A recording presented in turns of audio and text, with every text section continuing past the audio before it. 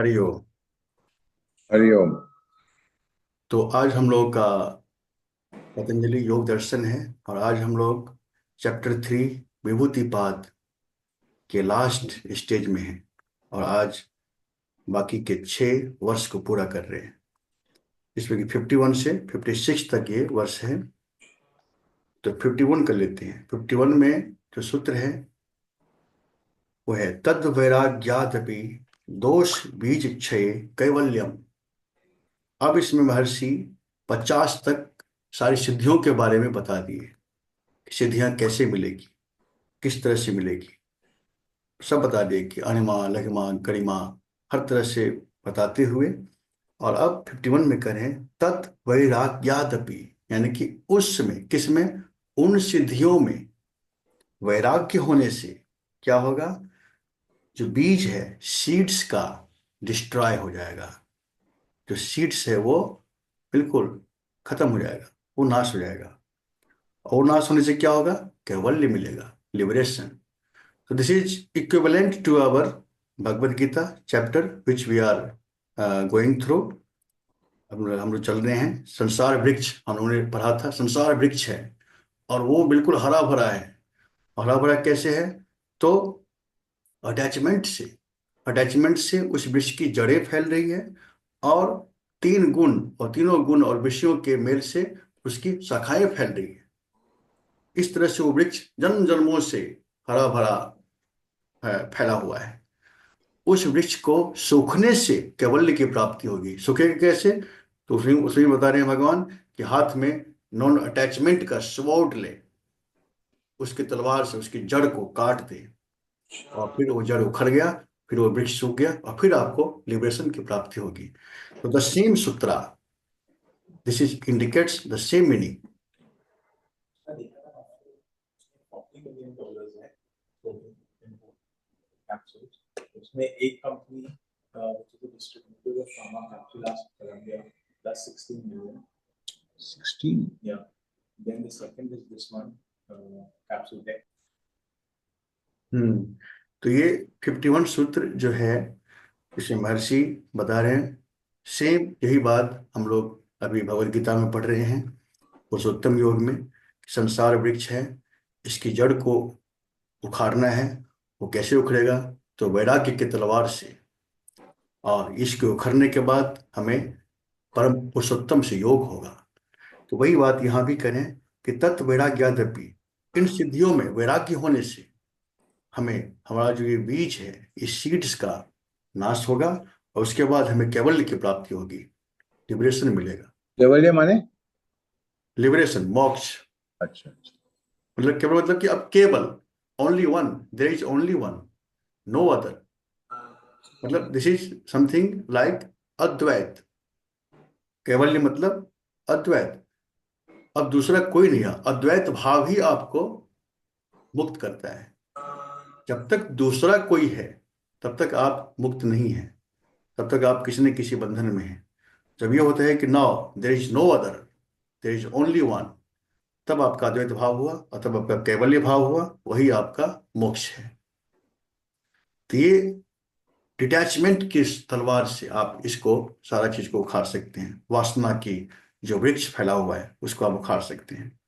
यहाँ पे कह रहे हैं कि सिद्धियां तो मिल गई, सिद्धियां बहुत हमें मिल गई, जो जैसा बता रहे हैं वैसा अगर हमने किया सब सभी सिद्धियां मिल गई। लेकिन कहते हैं कि उन सिद्धियों में वैराग्य होना है, अगर मोक्ष चाहिए तो।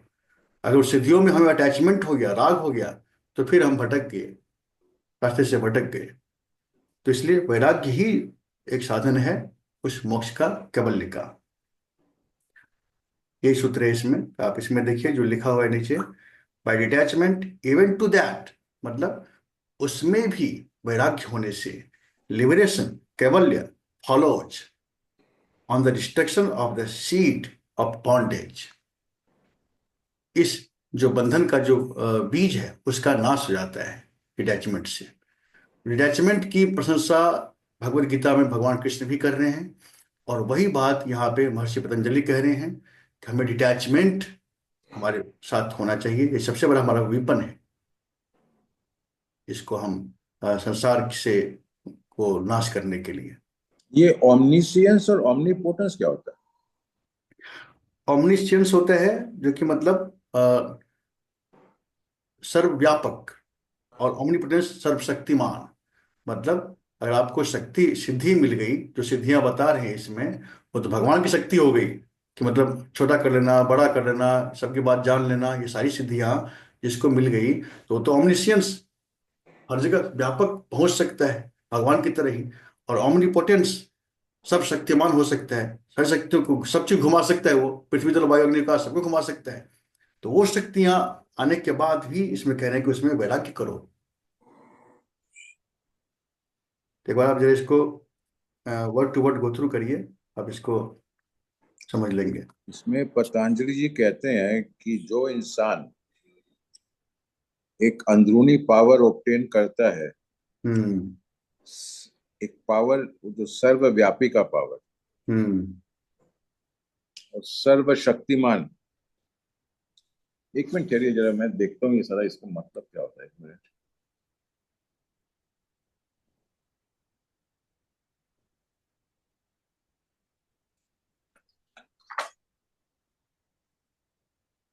Meaning of omniscience and omnipotent।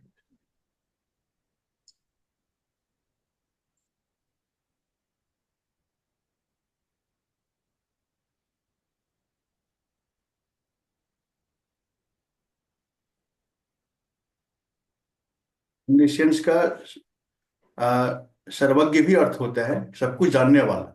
हाँ, स्टेट ऑब्निज्म मतलब वही होता है, state of having total knowledge, absolute knowledge. हाँ, टोटल नॉलेज हो गया। और सब ओमनीपोटेंट का है, तो ओमनीसेंस का हो गया टोटल नॉलेज, ओमनीपोटेंट का हो गया unlimited power unlimited power, and सारी the power. And the ability to do anything. हाँ, एनीथिंग। ये तो मतलब सब। भगवान की शक्ति उसको मिल गई ना, फिर भगवान की तरह वो कुछ भी कर सकता है। हम्म। ये हो गया।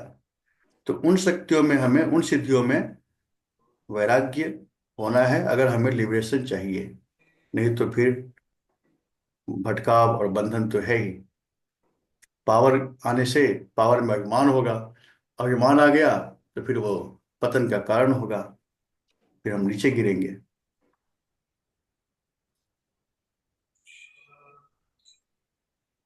तो 52 पे आइए। हाँ, तो यहाँ भी वही बात है कि इसमें हमने 51 में ये देखा कि हमें डिटैचमेंट का स्वॉर्ड अपने हाथ में रखना है, और अटैचमेंट की जड़ों को काटना है, ताकि हमारा, हम इसको डिस्ट्रॉय कर सकें। और अब देखिए 52 में कह रहे हैं, स्थान निमंत्रण संगम संगस्मयाकरणम पुनर्अनिष्ट प्रसंगात। कहते हैं कि आपने ये तो कर लिया कि ठीक है, आपने सिद्धियों में वैराग्य कर लिया, सिद्धियां आपको नहीं चाहिए, आपने उसको या तो सिद्धियों का अभ्यास ही नहीं किया, समय को कौन वेस्ट करे, या सिद्धियां होने के बाद भी उसमें आपने वैराग्य किया, उसमें राग नहीं किया। तो क्या कह रहे हैं कि आपको क्या हो सकता है कि आपकी साधना अगर बहुत परफेक्ट हो गई, साधना आगे बढ़ गई, तो क्या होगा कि देवताओं से निमंत्रण आएगा आपको। The deities will invite you, and वो आपको क्या करेंगे, प्रलोभन देंगे कि मतलब बड़ी बड़ी सुखों का प्रलोभन देंगे कि आ जाओ, हम तुम्हें ये देते हैं, वो देते हैं। हाँ, तो क्या कह रहे हैं कि उनके प्रलोभन में संग नहीं करो, मतलब अटैच मत हो, राग नहीं करो। और दूसरी बात क्या कर रहे हैं कि अभिमान भी मत करो। अभिमान किसका? कि मैंने देवता के प्रलोभन को भी ठुकरा दिया, देखो मुझ में कितना पावर आ गया, कि मैंने देवता के प्रलोभन को भी ठुकरा दिया और मुझ पे कोई इफेक्ट नहीं हुआ, इसका अभिमान। पहले तो कह रहे हैं कि उनके प्रलोभन में राग मत करो, अटैचमेंट मत करो।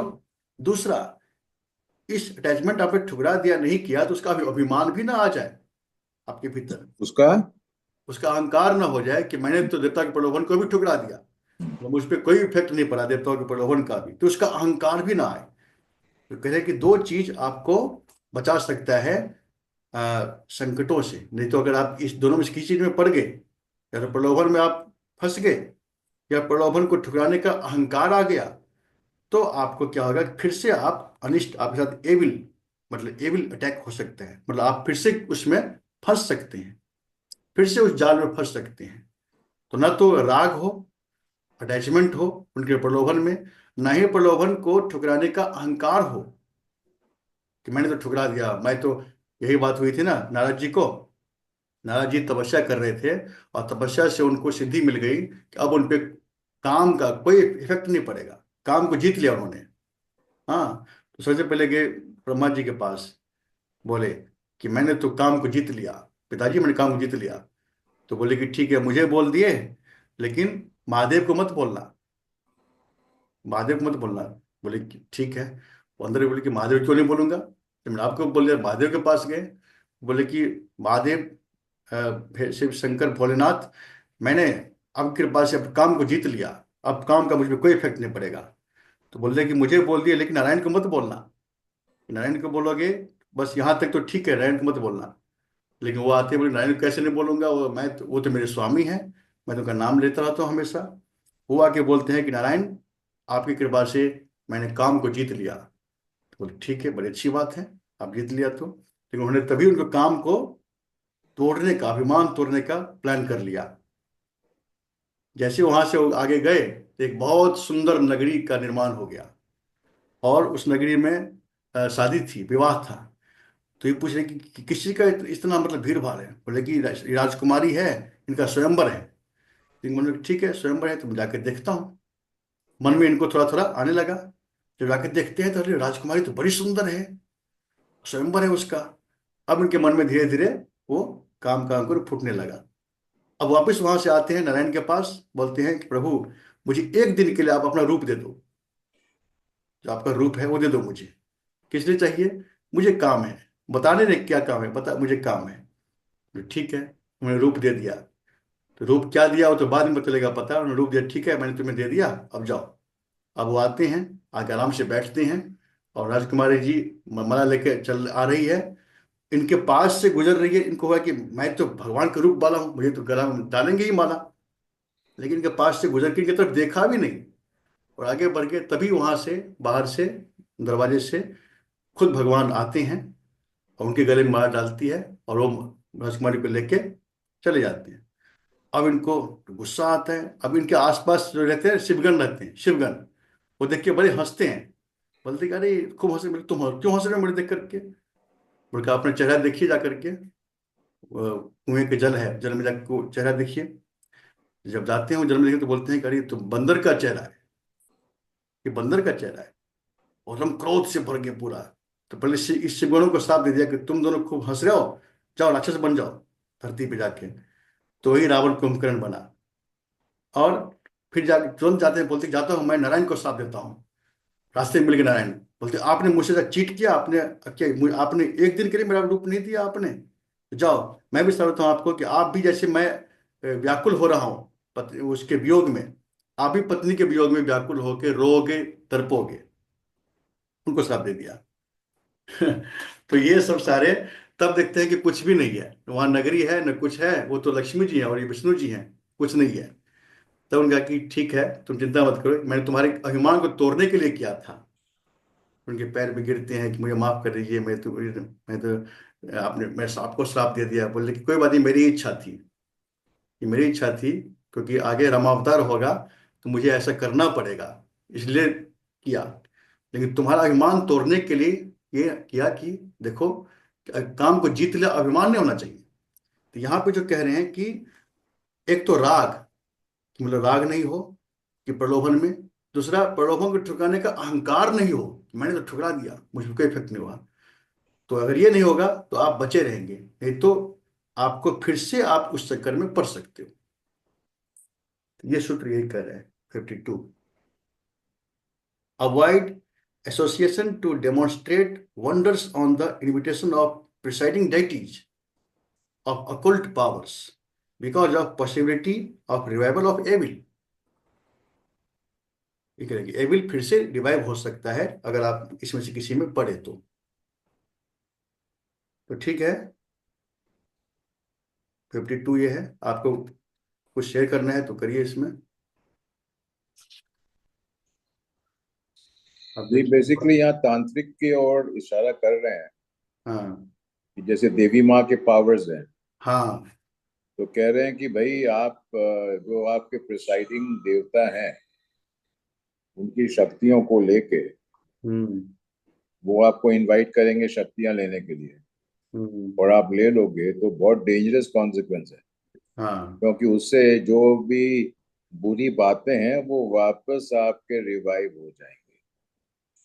और फिर क्या होता है ना, वो हम अपनी शक्ति को डेमोन्स्ट्रेट करते करते हम हम्म। इतने अपने आप से इतने प्रभावित हो जाएंगे, कारण दुनिया हमको इतनी ऊपर उठाएगी, हमारे पास लोग आएंगे हम्म। हमारी शक्ति को देख के, तो हम उसी के प्लेजर में वापस घुल मिल जाएंगे। हम्म। और जो अपना एक परस्यूट है ऑफ सेल्फ रियलाइजेशन वो खत्म हो जाएगा। हाँ, उससे हम भटक जाएंगे, उस लक्ष्य से भटक जाएंगे। हाँ, तो इसीलिए नॉन अटैचमेंट, हम्म। ये जो पावर है कि आई नो एवरीथिंग, और ऑमनिसियंस क्या था? मतलब सब कुछ, आई नो एवरीथिंग, मतलब वही है omniscience। और omnipotent, I can beat I can anybody. Do I can do anything. हाँ वही। तो ये जो घमंड है ना, हम्म। अहंकार है, ये बेसिकली एक बंधक है। ये बहुत मोटी रस्सी है जो हर इंसान को बांध देती है, ये जो अहंकार है। तो इसीलिए पतंजलि जी कहते हैं कि भाई आप बड़े कॉशियस रहो, ये अटैचमेंट का बहुत बड़ा डेंजर है, कि this kind of attitude will force you to return back to the worldly pleasure. तो आपने जितनी भी सेल्फ इवॉल्वमेंट की मेहनत की है सब बेकार। हम्म। तो ये इन्होंने कहा इसमें। एक हम्म। मिनट, कितना बजा रहा तुम्हें? चलो भी इतना जल्दी नहीं? हाँ बेटर है, समर है जल्दी। उसका बेटा प्रोग्राम बना देना शाम, सो ही डजंट गेट बोर्ड। हाँ जी, 53। हाँ, 53 में आते हैं और इसमें कह रहे हैं कि बाय परफॉर्मिंग संयम ऑन द मूवमेंट्स, क्षण, यानी कि सूत्र जो है वह है क्षण तत्क्रमयो संयम, संयमात विवेकजम ज्ञानम। अब क्या कह रहे हैं कि अगर आपने संयम किया किस पे, तो मोमेंट्स एंड देयर ऑर्डर, मतलब जो मोमेंट्स आ रहे हैं ना, मोमेंट्स आ रहे हैं जा रहे हैं, तो ये जो आ रहे हैं जा रहे हैं इसके बीच में गैप है, इंटरवल है। हर मोमेंट्स आते हैं जाते हैं, आते हैं जाते हैं, एक मतलब इसका क्रम है। जैसे कि सांस आ रही है और जा रही है, तो आने जाने के बीच में एक इंटरवल है। उसी तरह थॉट्स आते हैं जाते हैं, इसमें भी इंटरवल है। कहते हैं कि अगर आपने उस पे संयम किया, इस इंटरवल पे, तो आपको क्या मिलेगा? डिस्क्रिमिनेटिव नॉलेज, मतलब विवेक ज्ञान। यहाँ पे विवेक ज्ञान को इंग्लिश में लिखा है डिस्क्रिमिनेटिव नॉलेज। तो इस डिस्क्रिमिनेटिव का मतलब होता है कि भेद करना, कि what is right what is wrong, उसी को बोलते हैं डिस्क्रिमिनेटिव। तो वो नॉलेज, वो कौन सा नॉलेज है? विवेक। तो हिंदी सूत्र में है विवेक ज्ञान।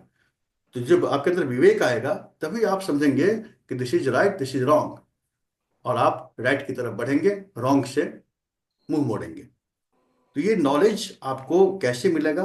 तो आप जब इस पर ध्यान करते हो, जैसे आज आज मैंने आपको ध्यान कराया कि श्वास आ रही है जा रही है और एक इंटरवल है, उसी तरह थॉट्स भी आ रहे हैं जा रहे हैं, एक इंटरवल है।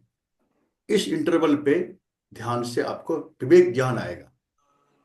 फिर आप समझ पाएंगे कि क्या सही है क्या गलत है, क्या करना चाहिए हमें क्या नहीं करना चाहिए। वो ज्ञान आपको भीतर से मिलेगा। यहाँ पे उस सूत्र के बारे में डिस्कस है। तो यहाँ पतंजलि जी बात कर रहे हैं क्षण की। तो समय में एक क्षण होता है हाँ। जो कि जिसका डिवीजन बहुत मुश्किल है। हम्म। तो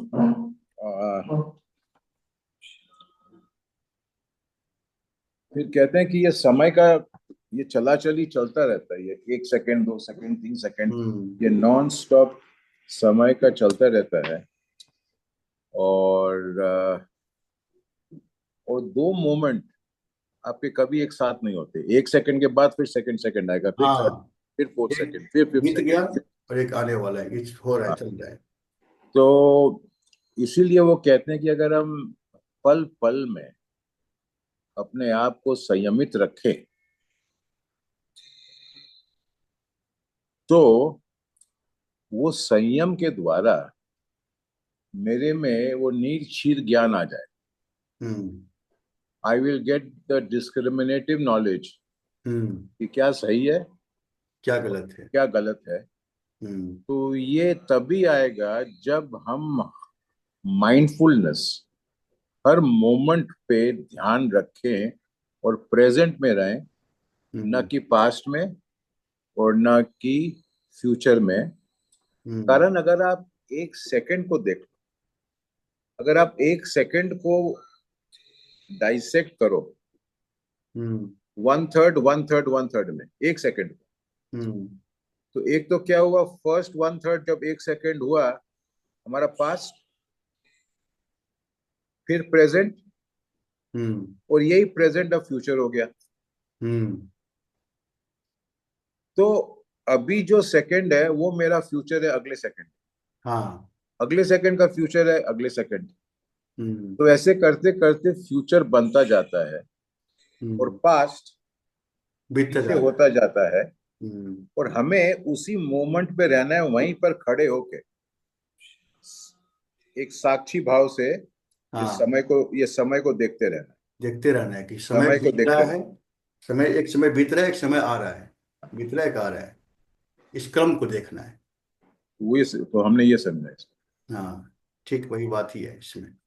जिस क्रम पे संयम करने से आपको विवेक ज्ञान मिलेगा, discriminate, then you can discriminate among right and wrong.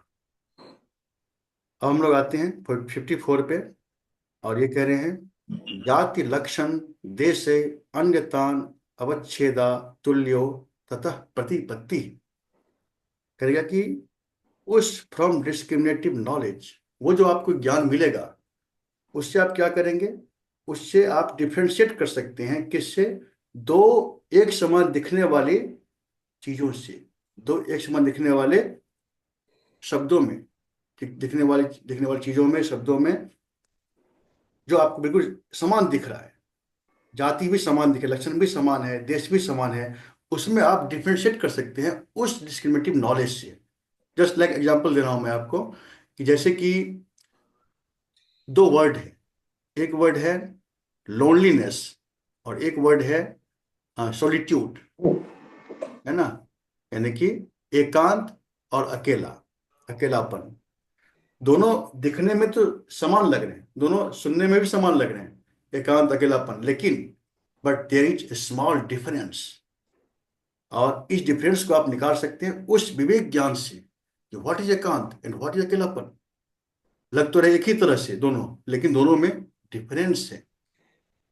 और आप तब विवेक ज्ञान से समझ पाएंगे कि एकांत मतलब कि एक के साथ जो है वो एकांत, एक मतलब जो वननेस है, आप वननेस के साथ इमर्ज हो गए तो ये एकांत है।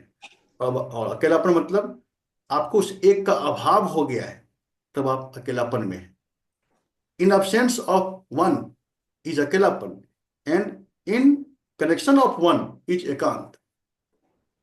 ये डिफरेंस, मतलब मतलब उस एक के साथ अगर आप हैं तो आप एकांत में हैं, और उस एक के अभाव में हैं तो आप अकेलापन में हैं।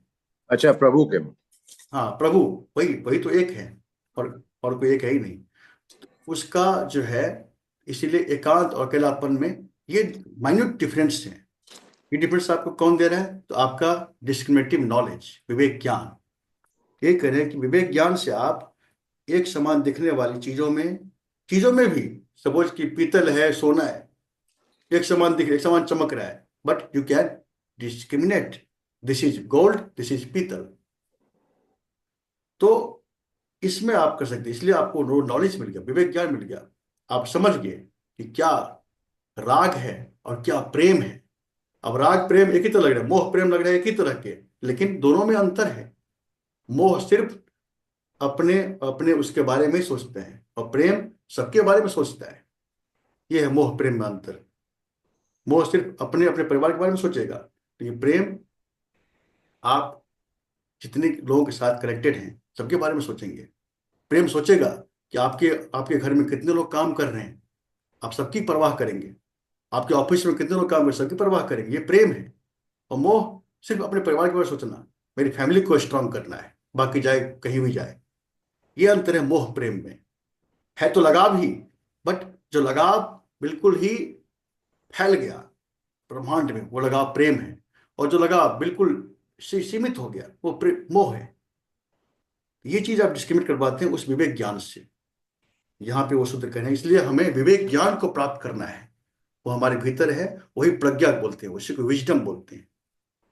ये सूत्र उसी के बारे में है। ठीक। ठीक है। और अब हम आगे बढ़ते हैं 55। इसमें कह रहे हैं कि उस ज्ञान की महिमा, ग्लोरी बता रहे हैं। वो ज्ञान की क्या ग्लोरी है, अगर आपको वो ज्ञान मिल गया, वो डिस्क्रिमिनेटिव नॉलेज आपको मिल उसमें गया। ये 54 में आपने एक बहुत इंपॉर्टेंट बात शायद बताई है, हमने सुनी नहीं होगी। हम्म। वो ये है कि जो ये क्षण जाल है ना, हम्म। उस पे ये कह रहे हैं कि हर क्षण पे संयम होना चाहिए, तभी जाके समता आती है। तभी समझ आएगी, हाँ, जो कि तभी ज्ञान बिल्कुल आएगा। सही है कि मेरे लाइफ के हर जीवित मोमेंट पे हम्म। ये संयम का होना बहुत जरूरी मतलब टू बी, ये समझिए कि माइंडफुल होना, अवेयर होना, अटेंटिव होना। है। हाँ, वो हमेशा वही। अवेकेंट हो जाइए, जाग जाइए। क्योंकि हमने हमेशा देखा है, अगर आप इन द मोमेंट रहते हो ना, तो आपको हम्म। टेंशन नहीं होता है। कारण आप हाँ। उसी टाइम, आपका दिमाग केवल उसी टाइम रहता है। तो ना आप पास्ट का सोचते हो, ना फ्यूचर का सोचते हो। हम्म। तो इसीलिए वो टेंशन चला जाता मतलब जब जो जॉब आपके हाथ में है, आप उस जॉब में फुल माइंड होके हैं। जब जो कहना है, जिसको करना है, आपने वहीं पे कह दिया, उसको कैरी फॉरवर्ड नहीं किया। मतलब एक इवेंट हुआ आपके साथ, मतलब वो इवेंट खट्टा मीठा अनुभव वाला हुआ, और आपने उस समय किसी को कहना था, सुनना था, सब कर लिया। आप उसी चीज को आप कैरी कर रहे हैं।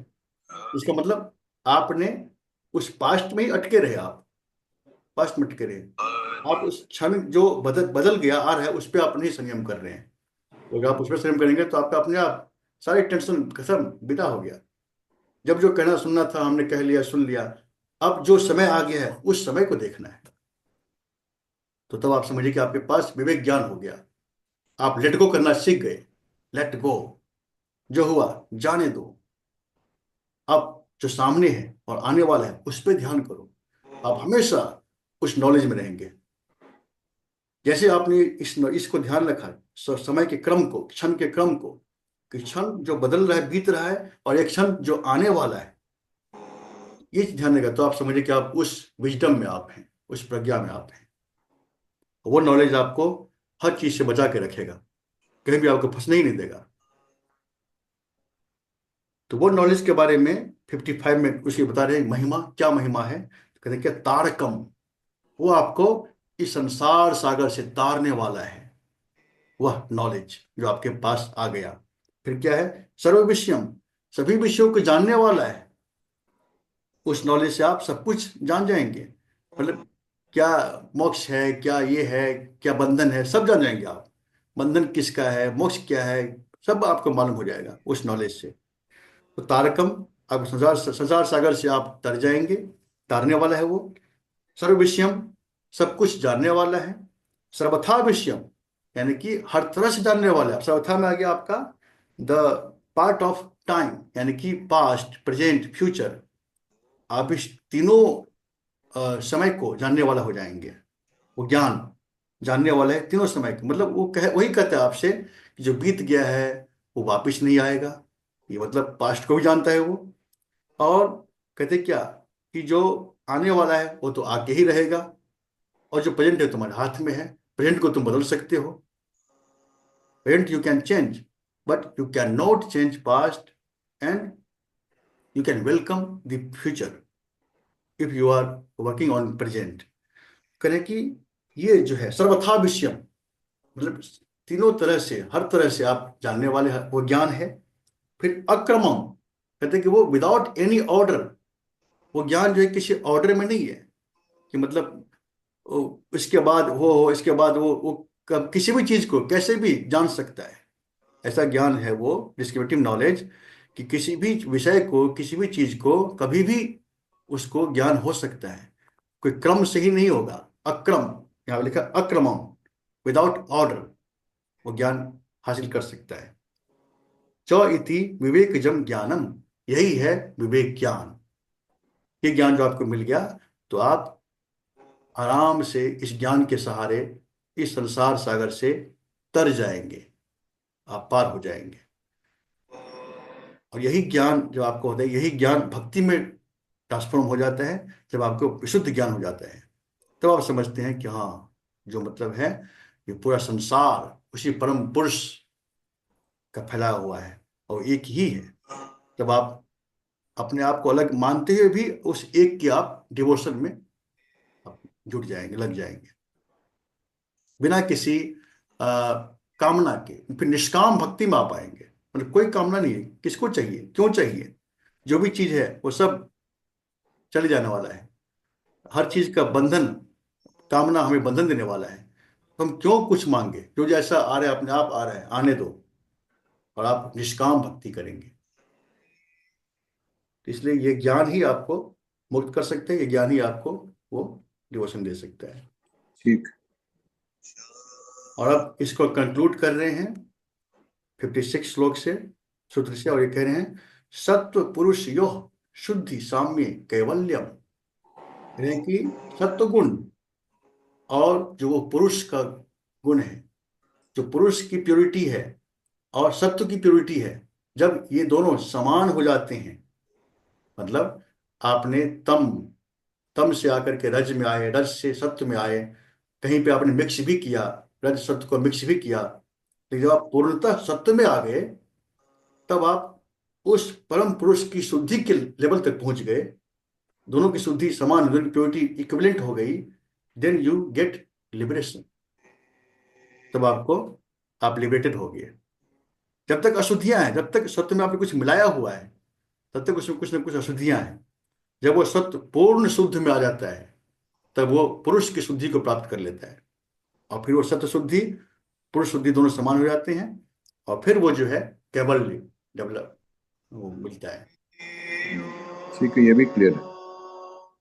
हाँ, तो इस तरह से इसमें केवल तक हम लोग को पहुंचा दिया है ये चैप्टर।